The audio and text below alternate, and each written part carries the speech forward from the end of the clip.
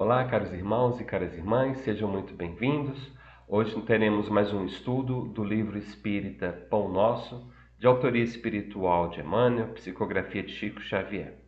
Hoje nós iremos analisar o capítulo 179 dessa obra, que Emmanuel intitulou de Entendamos Servindo. Bom, nesse capítulo, Emmanuel escolhe uma passagem da epístola que Paulo escreveu a Tito, que diz o seguinte, capítulo 3: Porque também nós éramos noutro tempo insensatos. Essa é uma daquelas passagens que, embora ela esteja já por si só completa, é interessante pegarmos um pouco do contexto, só para a gente entender o pensamento de uma forma mais ampla. Eu coloquei aqui para a gente fazer uma consulta rápida, a citação completa. Na verdade, aqui é o versículo 3, seria só a gente dar uma olhadinha nos versículos 1 e 2 também. Vamos ver. Lembre a todos que se sujeitem aos governantes e às autoridades, que sejam obedientes e estejam prontos para toda boa obra. Que não difamem ninguém, que sejam pacíficos, cordiais, dando provas de toda cortesia para com todos. Pois nós também, no passado, éramos insensatos, desobedientes, desgarrados, escravos de todo tipo de paixões e prazeres, vivendo em maldade e inveja, sendo odiados e odiando-nos uns aos outros. Então, essa passagem mais completa já dá uma ideia, né, exatamente até quase um spoiler do que Emmanuel vai falar na análise desse trecho, né, da epístola de Paulo a Tito, e fica claro então, né, a ideia que Paulo estava querendo transmitir a Tito, né? Essa epístola é o que os estudiosos chamam de uma epístola pastoral, né? Ou seja, o objetivo dela é mostrar a Tito como ele deve conduzir-se na igreja, né? Ou seja, basicamente que ele seja um exemplo de fé e de conduta cristã para os demais membros da igreja. Então, é uma epístola pastoral, no sentido que explica, né, que aconselha como o companheiro de Paulo deve proceder com a igreja nascente, assim como também nós temos, por exemplo, a epístola de Timóteo, que também é considerada uma das epístolas pastorais.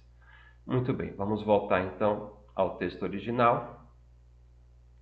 E eu acabei sem querer tirando o slide. Pronto. Então aqui a gente retorna ao texto original do livro de Pão Nosso e vamos aos poucos acompanhando com Emmanuel o desenvolvimento que ele faz da sua interpretação para essa passagem. Então ele começa dizendo que o martelo realmente colabora nos primores da estatuária, mas não pode golpear a pedra indiscriminadamente. Então aqui ele está explicando que para que, por exemplo, um escultor possa fazer uma obra-prima, ele precisa utilizar o martelo, que é uma ferramenta de impacto, mas ele precisa dosar a força que ele é empregada, porque se ele simplesmente golpear a pedra, ao invés de esculpir, né, de tirar daquela rocha bruta uma bela imagem, ele vai apenas destruir a rocha. Então, é necessário exercer uma ação. Essa ação ela tem um impacto, mas esse impacto ele precisa ser equilibrado, para que não seja nem leve demais a ponto de não esculpir, mas também não pode ser extremamente forte, intenso, agressivo, porque aí, ao invés de dar forma, nós vamos acabar destruindo aquela imagem. O remédio amargo estabelece a cura do corpo enfermo. No entanto, reclama ciência na dosagem. Então aqui ele continua, ele dá sequência aos exemplos, né, que ele está utilizando. Então, no caso do remédio, os remédios geralmente, tirando aqueles infantis que levam açúcar, mas o remédio ele sempre é amargo. Mas, apesar do amargor, apesar, ou no caso de um remédio injetável, né, apesar da dor que fica no local da aplicação da injeção, aquele líquido ele tem o poder de nos restaurar a saúde. Mas, ainda assim, é necessário equilibrar a sua dosagem. Uma dosagem muito fraca, o remédio não terá o efeito necessário. Em uma dosagem muito forte, ele pode inclusive levar a óbito o paciente. Então, assim como o martelo, para que possamos auxiliar o próximo de alguma forma, nós precisamos dosar a intensidade da nossa ação, devemos dosar o peso das nossas palavras. Nem mais, nem menos. Na sementeira da verdade, igualmente, é indispensável não nos desfaçamos em movimento impensado. Então, né, é aí aonde Emmanuel queria chegar, né?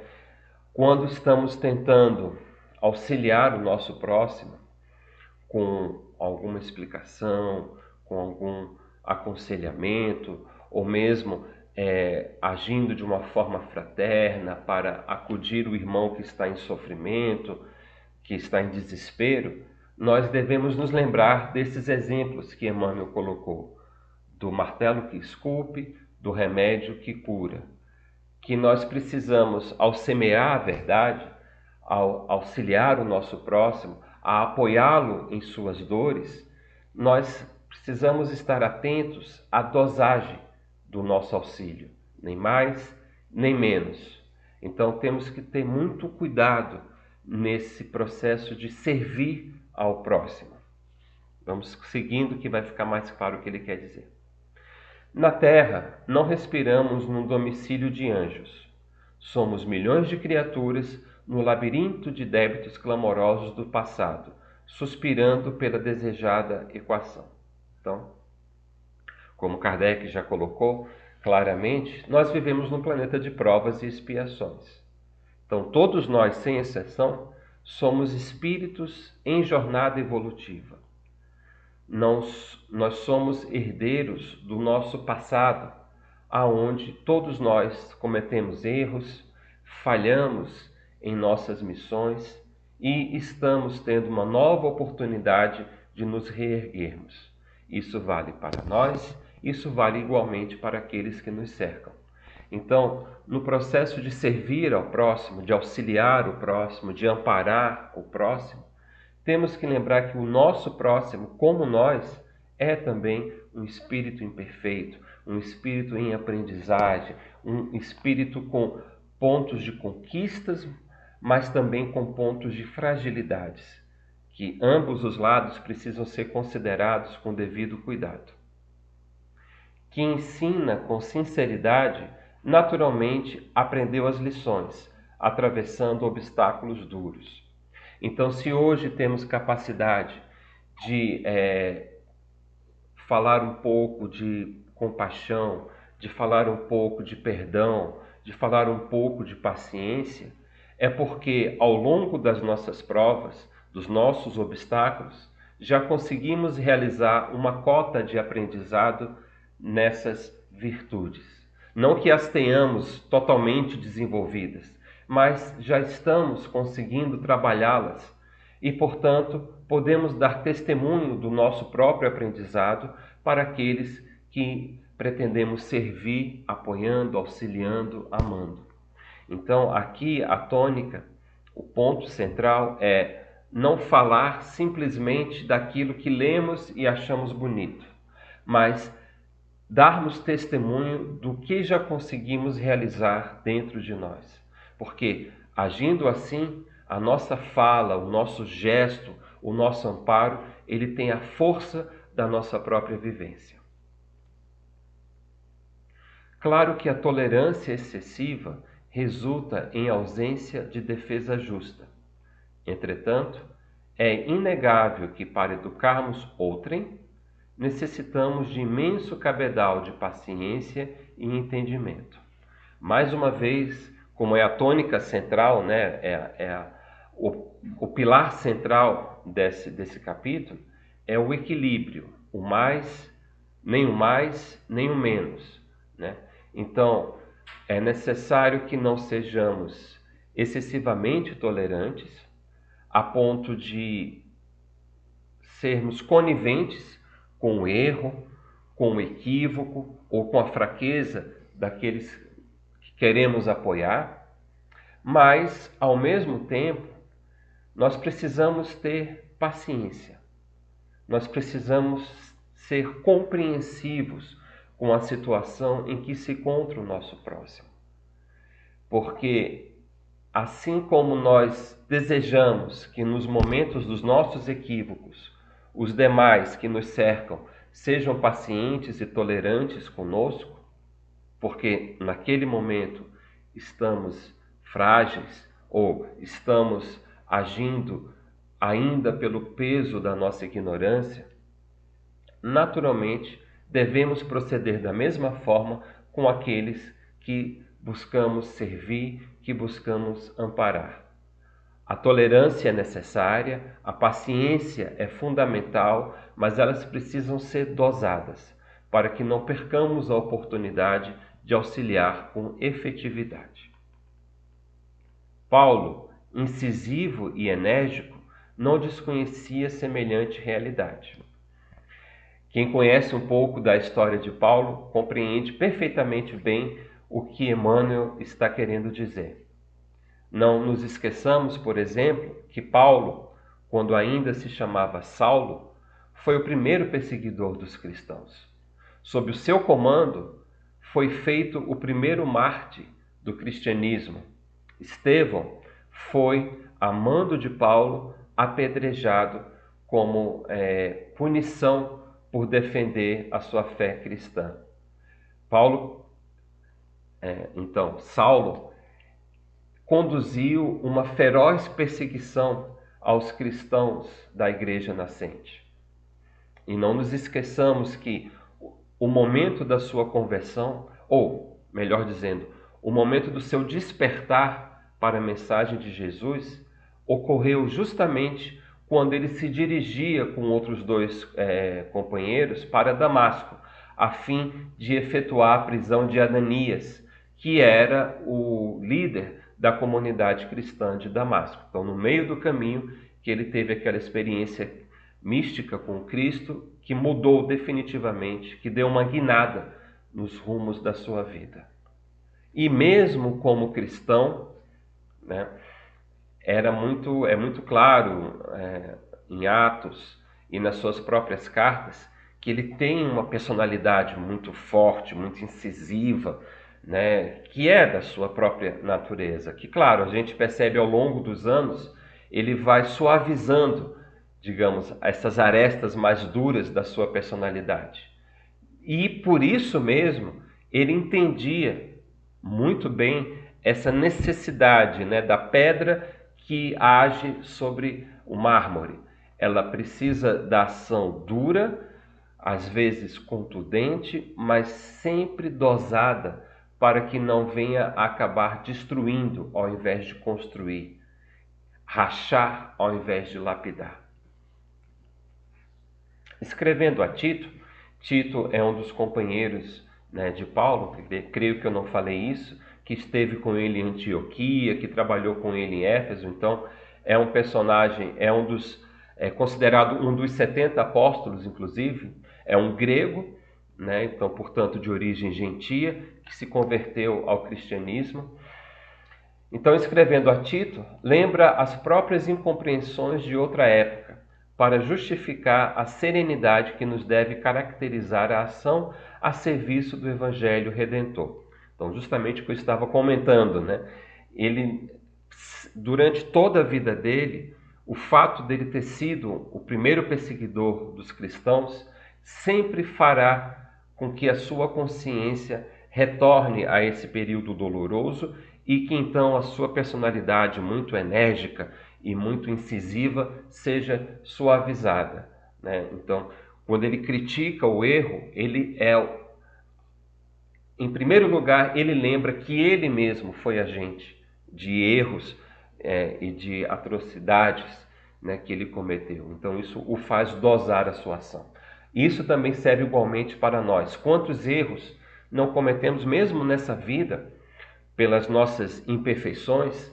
Quantas vezes nos deixamos levar pela cólera, pela ação impensada, quando não ponderamos adequadamente a situação do outro ou a nossa própria conduta? Isso só falando dessa encarnação, né, que vamos entender como sendo o ponto mais alto da nossa jornada evolutiva, visto que estamos em constante evolução, né, que pela lei do progresso é impossível que nós regridamos, que nós evoluímos, estamos sempre em jornada evolutiva constante.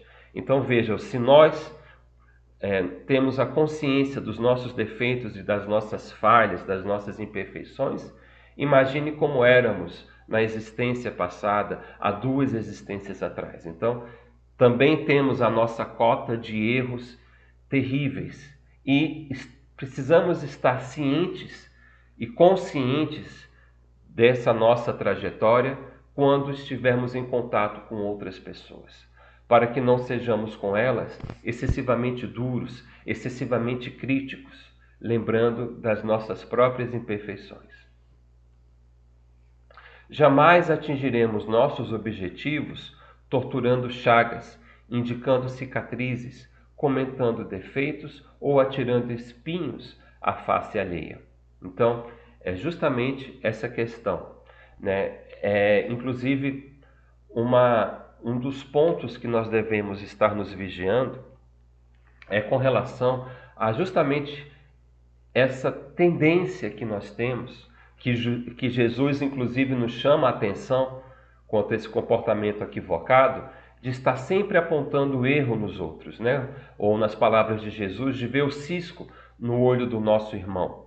Muitas vezes esquecendo a trave, né? Ou a imensa cegueira que trazemos dentro de nós próprios, né? Precisamos tomar muito cuidado, por exemplo, com a nossa tendência a criticar as pessoas, né? Porque a crítica, quando ela não é solicitada, raramente ela é construtiva. Toda vez que nós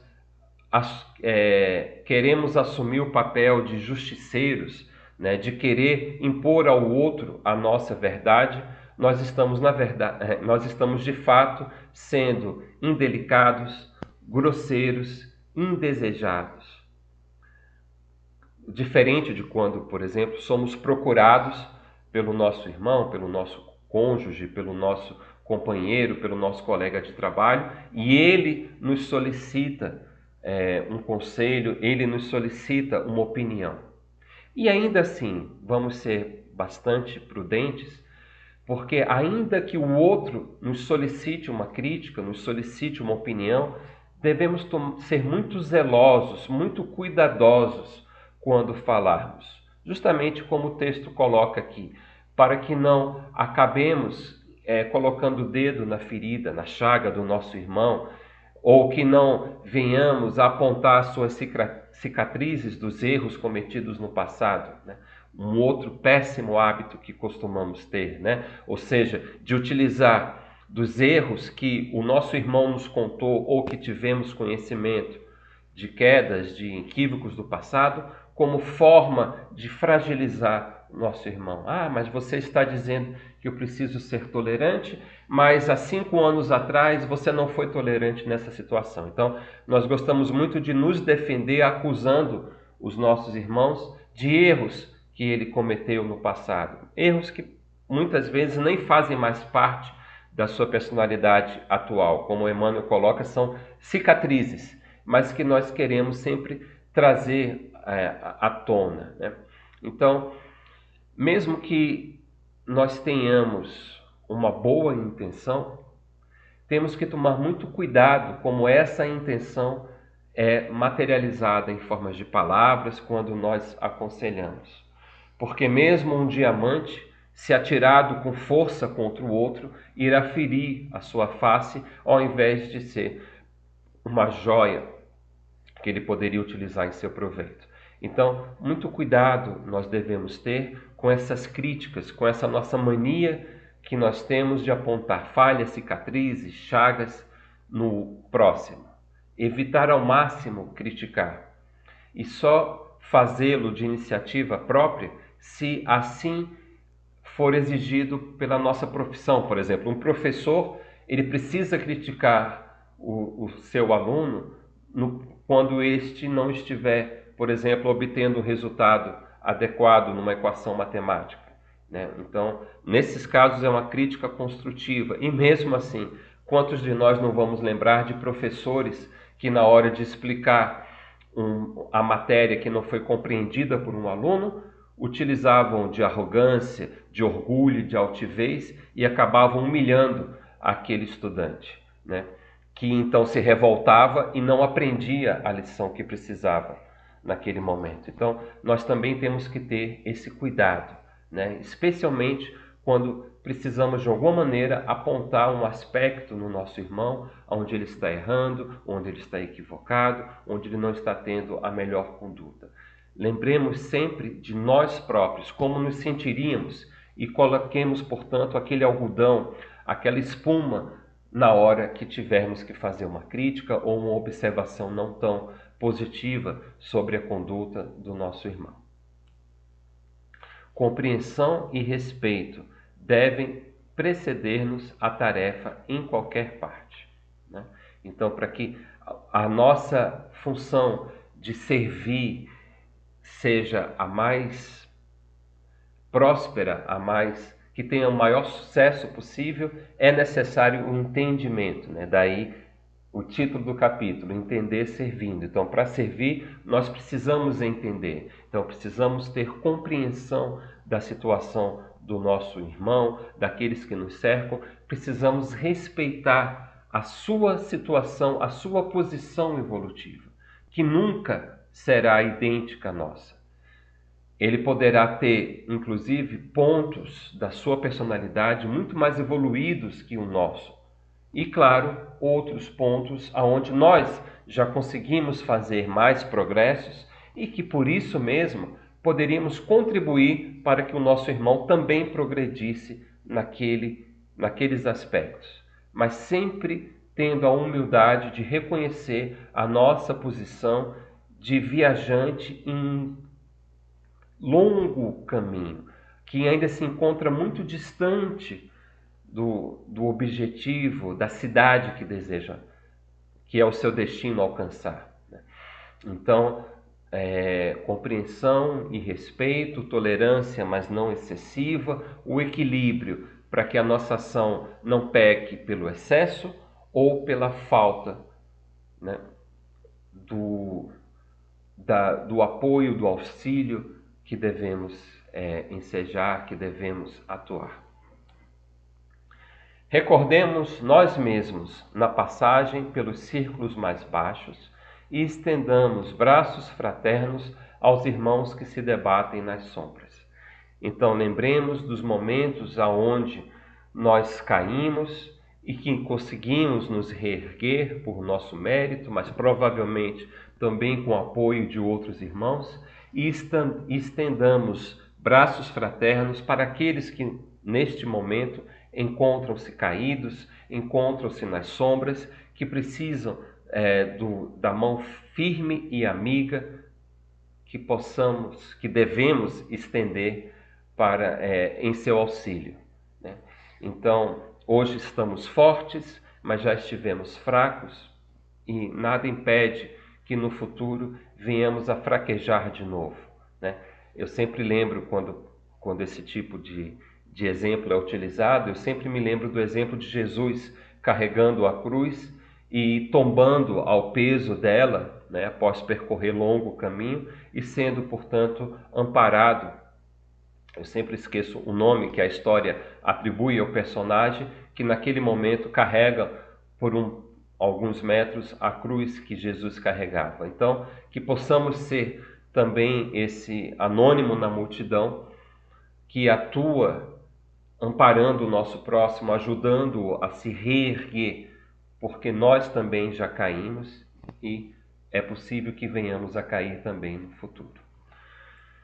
Por fim, se te encontras interessado no serviço do Cristo, lembra-te de que ele não funcionou em promotoria de acusação, e sim na tribuna do sacrifício até a cruz, na condição de advogado do mundo inteiro. Então, é justamente esse ponto, que não, que se queremos ser dignos de nos considerarmos discípulos do Cristo, aprendizes do Evangelho, nós temos que espelhar as nossas ações no Cristo. Claro que estamos a uma imensa distância moral do porte que Jesus tinha, espírito perfeito, segundo a própria definição do Livro dos Espíritos, um modelo de conduta que podemos aspirar aqui na Terra. Então, como modelo de conduta, lembremos como ele agiu conosco, nunca acusando, sempre defendendo, né? E, por exemplo, né, entre tantas situações fabulosas que o Evangelho narra, né, dessa ação do Cristo, eu sempre me recordo da mulher adúltera, né, que mesmo hoje em dia, né, passados 2000 anos e toda a evolução social e mesmo todas as conquistas que a mulher já conseguiu realizar, né, embora saibamos todos que muito ainda precisa ser conquistado no campo de valorização da mulher, mas mesmo hoje, em 2022, quantos de nós, ao ter conhecimento de uma mulher adúltera, não gostaríamos de atirar pedras sobre ela? Ou, infelizmente, atiramos essas pedras. Então veja que Jesus, em 2000 anos, numa sociedade extremamente machista, extremamente patriarcal, ele tomou a posição de defesa daquela mulher, relembrando os acusadores do seu crime, que eles também eram criminosos. Atire a primeira pedra aquele que estiver livre de pecados. Condene esta mulher, quem nunca errou, quem nunca se enganou, quem nunca se equivocou. Então vejam, esse é o papel do Cristo. Ele atua como nosso advogado. Advogado porque conhece as nossas fraquezas, conhece a sombra que ainda trazemos dentro de nós. E não é acusando que essas sombras irão nos deixar, mas sim nos esclarecendo, nos amparando, servindo Ele mesmo de exemplo, de guia e de modelo, para que possamos nos inspirar no comportamento de Jesus e, aos poucos, irmos realizando essa nossa transformação moral íntima. Então, esse é o aspecto principal. Lembremos sempre de como Jesus nos tratou. Ele não buscou os que eram aparentemente puros de conduta moral ilibada. Não, ele buscou os doentes, os criminosos, aqueles que necessitavam de luz para iluminar-se e evoluir. Então, fica aqui essa ideia central que Emmanuel traz. Uma conduta pautada no equilíbrio, nem no excesso, nem na falta, mas que esse equilíbrio ele venha da compreensão que nós temos das nossas próprias fraquezas e limitações, que então é transposta como benevolência, como compaixão, como generosidade ao nosso próximo que buscamos servir. Porque como Jesus já deixou mais claro ainda na última ceia que ele teve com seus apóstolos, nós temos aqui, por exemplo, retratado no Evangelho de João, que ele nos deixa um novo mandamento, que nós amemos uns aos outros, como ele também nos amou. E o amor, para ser verdadeiro, ele é pautado na compreensão, na tolerância, na benevolência, na paciência e no perdão. Então precisamos estar atentos a essas qualidades morais toda vez que estivermos em contato com os outros que nos cercam, buscando servir, buscando trazer a nossa pequena cota de trabalho, de esforço nessa imensa seara que é o campo que Jesus nos convida ao trabalho diário.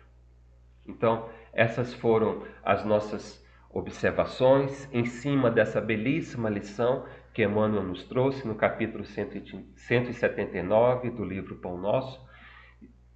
Espero que possa ser útil para aqueles que nos escutaram até este momento e agradeço novamente por mais este momento que podemos dividir, onde podemos ter essas reflexões em conjunto e que elas possam verdadeiramente serem somadas ao nosso tesouro íntimo para que possamos nos tornar a cada dia um pouco melhores. Que Jesus esteja conosco e que seu amor seja o farol a guiar as nossas ações. Muito obrigado a todos e até a próxima oportunidade.